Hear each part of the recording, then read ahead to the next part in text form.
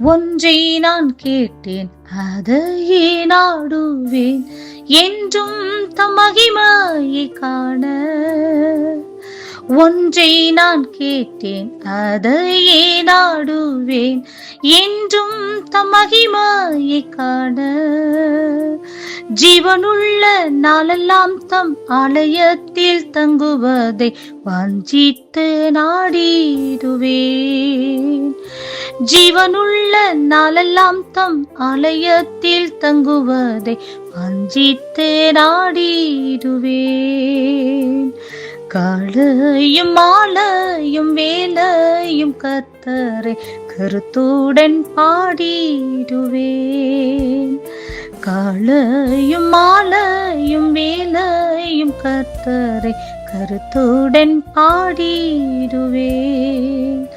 பரிசுத்தர் பரிசுத்தர் பரிசுத்தர் என தூதர் பாடிடும் தொனி கேட்குதே. பரிசுத்தர் பரிசுத்தர் பரிசுத்தர் என தூதர் பாடிடும் தொனி கேட்குதே. கர்த்தருடைய பரிசுத்த நாமத்துக்கு ஸ்தோத்திரம். சங்கீதங்களின் புஸ்தகம் 27வது அதிகாரம் 4வது வசனம்.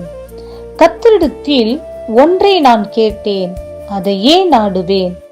நான் கர்த்தருடைய மகிமையை பார்க்கும்படியாகவும் அவருடைய ஆலயத்தில் ஆராய்ச்சி செய்யும்படியாகவும் நான் என் ஜீவனுள்ள நாளெல்லாம் கர்த்தருடைய ஆலயத்தில் தங்கியிருப்பதையே நாடுவேன்.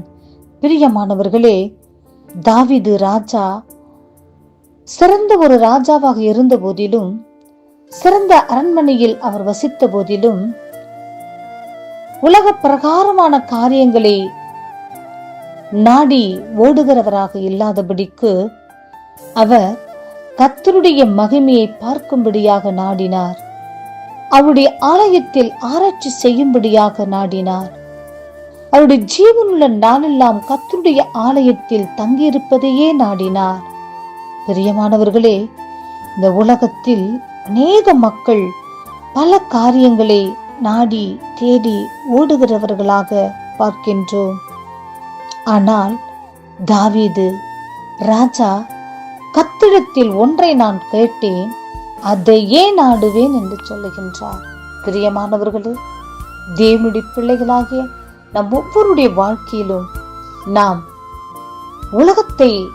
உலகத்திற்குரியவர்களை நாடி தேடி ஓடுகிறவர்களாக இல்லாதபடிக்கு, மரியாள் தண்ணி விட்டு எடுபடாத நல்ல பங்காகிய கிறிஸ்துவின் பாதத்தை தெரிந்து கொண்டது போல நாமும் கர்த்தருடைய ஆலயத்தின் மகிமையை பார்க்கும்படியாகவும் அவருடைய ஆலயத்தில் ஆராய்ச்சி செய்யும்படியாகவும் நம்முடைய ஜீவனுள்ள நாளெல்லாம் கர்த்தருடைய ஆலயத்தில் தங்கியிருப்பதையே நாடும்படியாகவும் நாடுவோம், ஓடுவோம், கர்த்தருக்காக கிரியை செய்வோம், பரலோக ராஜ்யத்திற்கு பங்காளிகளாக மாறுவோம்.